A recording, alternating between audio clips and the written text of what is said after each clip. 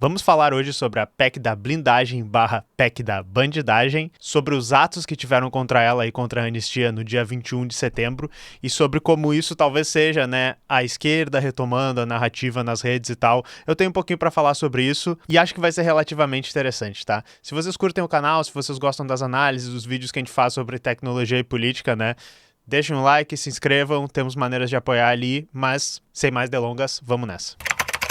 Ok, então o que é a PEC da blindagem, barra PEC da bandidagem? Eu peguei aqui, é uma proposta de emenda à Constituição, uma PEC, que segundo eles diz: a proposta determina que para que um congressista seja preso ou processado, as respectivas casas precisarão autorizar por maioria absoluta. Para isso, terão 90 dias depois da determinação da Justiça. Os deputados e senadores só poderão ser presos em flagrante por crimes inafiançáveis na Constituição, como racismo e terrorismo. Mesmo em flagrante, a manutenção ou continuidade da prisão barra investigação passa por decisão da casa, que terá de ser feita, nesse caso, em 24 horas. Então, em resumo, para que um congressista seja preso, a gente vai precisar da votação, da autorização de todos os outros congressistas. E eu acho que não precisa ser muito esperto para entender que isso vai gerar uma situação de corporativismo absurdo em que, para prender ou investigar um político por qualquer coisa, ao invés de já ter essa morosidade que existe, que o processo tem que ir para o STF, que tem que ter as várias instâncias, ela só poderia começar se os companheiros de casa ali dessa pessoa votassem nele, E até aqui no próprio artigo do Poder 360 ele já diz, em vitória do Centrão, Câmara aprova a PEC da blindagem, porque a gente sabe que o Centrão é isso, um bloco monolítico que não tem bem uma ideologia, tem uma ideologia entre aspas, é a ideologia de direita, mas que na realidade vota junto e articula junto essas coisas por meio dos seus interesses, fisiológicos, que a gente chama. Eles sabem, isso é uma grande vitória do Centrão, e isso foi aprovado, na Câmara. E a pior parte é que eu peguei aqui desse outro artigo também da Poder 360. Na quarta-feira, 17 de setembro, a Câmara também aprovou uma emenda aglutinativa que retomou o voto secreto na PEC. O placar foi de 314 a favor e 168 contra. Ficou decidido que o voto seria secreto só para dar aval às prisões contra congressistas. As votações para permitir a abertura de ações penais seriam abertas. Então, basicamente assim, para prender o congressista, o voto eles queriam nessa proposta que fosse secreto. Então, os caras iam votar para não prender, ou para prender o amiguinho, e a gente não ia ficar sabendo quem votou em quem. Para abrir as ações penais, daria para ver quem votou em quem.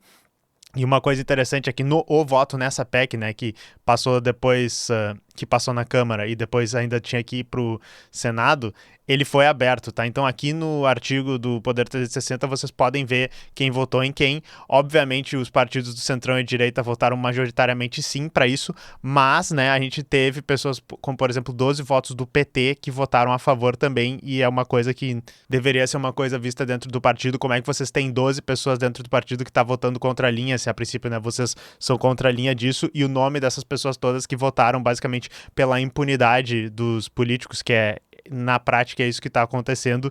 Já está todo mundo dizendo, vamos guardar esses nomes, vamos fazer uma lista para não votar mais nessas pessoas. Por favor, guardem esses nomes, por favor, lembrem. A gente sabe que no Brasil, quando chega a eleição, geralmente esse tipo de coisa não funciona, mas sim, seria muito legal lembrar quais foram as pessoas que votaram para manutenção, da impunidade dos políticos.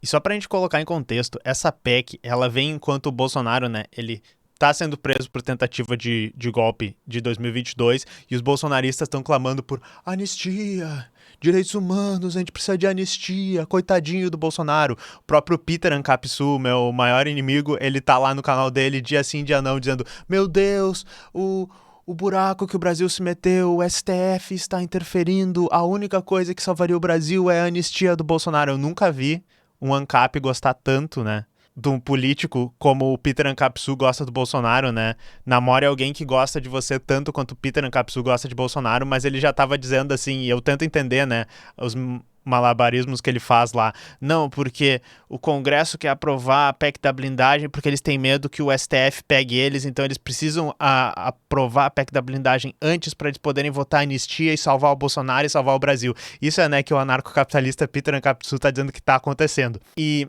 Algo que chama muita atenção e todo mundo tem que fazer essa conexão, vários veículos de imprensa estão fazendo, é que essa votação ela vem depois, né, que estão estourando as operações da Polícia Federal, como aquela Carbono Oculto e outras que vieram depois também, que vinculam a atuação de grupos criminosos, como por exemplo o PCC, a fintechs, a postos de gasolina, né, desvio de gasolina, venda de gasolina batizada, a bets, né, esses cassinos online, que é basicamente as fintechs, essas bets, esses grupos, eles são usados para lavar o dinheiro do crime que vem, né, de outros crimes, como, por exemplo, a venda de gasolina batizada, e daí muita gente vincula isso com, por exemplo, as tentativas de políticos de derrubarem o monitoramento da Receita Federal, de transações que ocorrem dentro dessas fintechs, e o pessoal acha, olha, se cavar bem, e a gente, como a gente não é ingênuo, a gente sabe, né, se cavar bem, a gente vai achar vários políticos aí que tenham ligações com grupos criminosos, que tenham ligação com esse tipo de coisa, e agora a gente quer deixar que esses próprios políticos aprovem quando eles vão ser investigados, quando vão investigar os amigos deles, quando a gente pode prender os amigos deles, é muito, muito suspeito. E a gente também tem que lembrar, né, pessoal, que a votação dessa lei aqui e da anistia e todas essas articulações, ela vem antes, né, de ter a votação, por exemplo, para isenção do imposto de renda para quem ganha até R$5.000, né, porque o Hugo Mota sentou em cima dessa proposta. E também se a gente pensar em coisas que realmente beneficiariam a população, como, por exemplo, votar algo com relação à escala 6x1, tipo, esquece, né. Isso aqui escancara muito os interesses do Congresso, é eles nem tentando dizer assim, nossa, vamos fazer algo pelo povo. Eles estão dizendo, não, nós vamos fazer algo para defender nossos interesses, nós vamos fazer algo para tentar aliviar pro lado do Bolsonaro, e se vocês reclamarem, é porque vocês estão tensionando, vocês não querem a pacificação, vocês estão querendo tumultuar o país, né? É hilário, né? Mas daí, obviamente, esse movimento aqui, ele fez com que se deflagrassem protestos em todo o Brasil. Foi uma coisa que realmente uniu várias tribos, né? Então, no dia 21 de setembro, vários movimentos, várias pessoas foram para a rua protestar contra isso, né, e contra a anistia para os bolsonaristas. Eu estou mostrando aqui uma arte maravilhosa que foi feita pelo pessoal da Soberana, né, que é o coletivo que eu faço parte. E nós tivemos presentes, né, junto com diversos outros movimentos, diversos outros grupos, diversos outros partidos, no dia 21, nos protestos.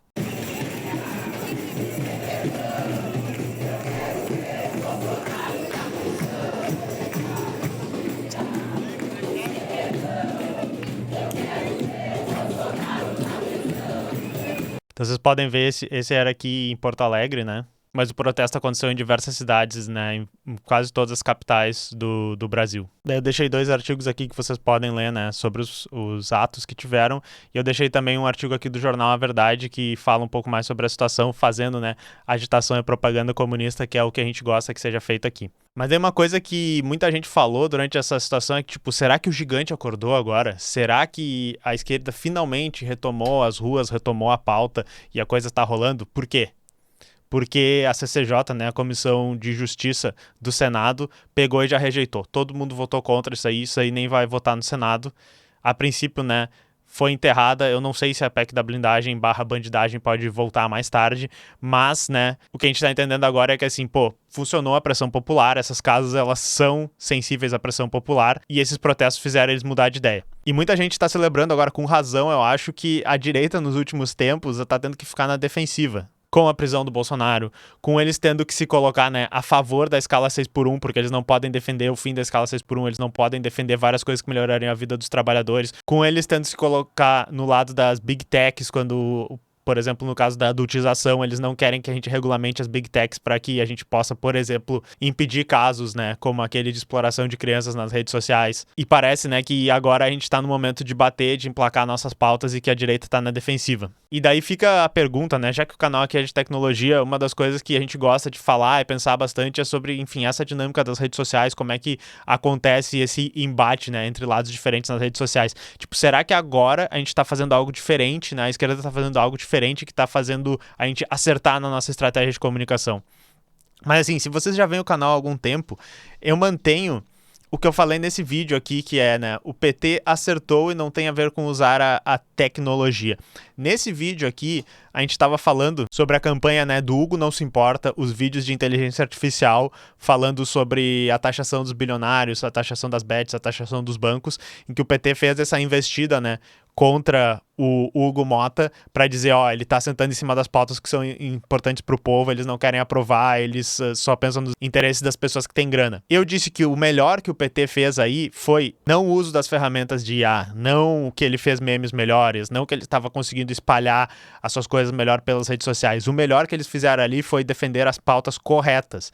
A esquerda precisa defender as pautas que ressoam com o povo trabalhador. O povo trabalhador não é burro, ele entende quando o PT tá defendendo uma coisa que é bom pra eles. E eu falo uma coisa logo no final, que é assim, toda vez que o PT vem com essa coisa de, puxa, nós tentamos tanto negociar com o Centrão, e daí o Centrão pega e não aprova as coisas que a gente quer. Puxa, a gente tentou dar pro Centrão o que eles queriam pra gente conseguir as nossas outras pautas, e daí o Centrão pega lá e nos apunhala pelas costas. Quando o PT fala desse jeito, é muito difícil a gente ir pra rua, mesmo que sejam os movimentos mais ligados ao PT, como por exemplo a CUT, é muito difícil para as pessoas irem lá e dizer assim, por favor, aprovem essas reformas aqui, conciliando com o Centrão que o PT quer fazer. É muito mais motivador, é muito mais legal e chama todas as outras pessoas quando diz, os caras não se importam com a gente, os caras não querem o que é bom pro povo trabalhador. Olha aqui todas essas coisas que a gente está tentando fazer, eles não estão fazendo. Por uma questão de estratégia, comunicação, né, agitação, é muito melhor isso. E foi o que a gente conseguiu agora, porque é extremamente óbvio o corporativismo dessa PEC, é extremamente óbvio que é os políticos tentando se defender, porque eles tudo têm rabo preso e a gente vai eventualmente encontrar alguma coisa. Eles querem uma maneira de tentar livrar o Bolsonaro, a família dele, né? Todos esses aliados do Bolsonaro que tiveram grudados neles esses últimos anos sabem que eventualmente vai sobrar para eles, sabem que tem alguma coisa aí que eles estão enrolados e que seria muito bom, né, ter uma anistia e ter uma blindagem. E daí é muito natural para o próprio governo e para a própria mídia governista, os sites que são mais petistas e que reproduzem mais alinhado com o discurso do governo, jogar com isso e chamar todo mundo para a rua, e daí outros movimentos, outros grupos que não necessariamente concordam com o PT em tudo vão vir junto. Então o que eu acho que é muito importante, que eu estou sempre tentando falar aqui, é que a defesa dos interesses da classe trabalhadora é a comunicação que precisa ser feita. Existem técnicas melhores, existe a câmera, a iluminação, existe como é que tu faz os cortes, as edições, mas o mais importante é que a gente tenha a defesa dos interesses da classe trabalhadora.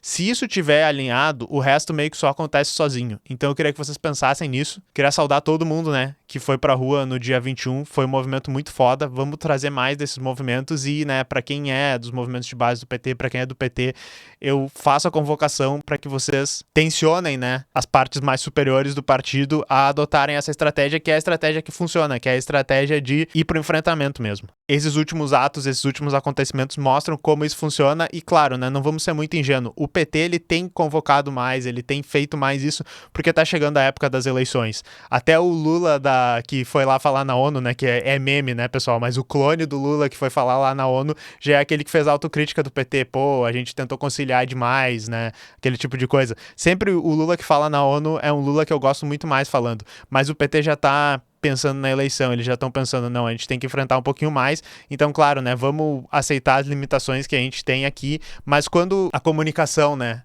do PT está correta, quando eles estão conseguindo articular bem as pautas, eu acho que a gente tem que falar bem disso, e é isso que eu estou fazendo aqui. Então é basicamente isso, a gente se vê na próxima. Se vocês curtem os vídeos do canal, né, vai ter mais vídeos aqui do lado, vai ter maneiras de apoiar ali embaixo, a gente vai ficando por aqui. Falou!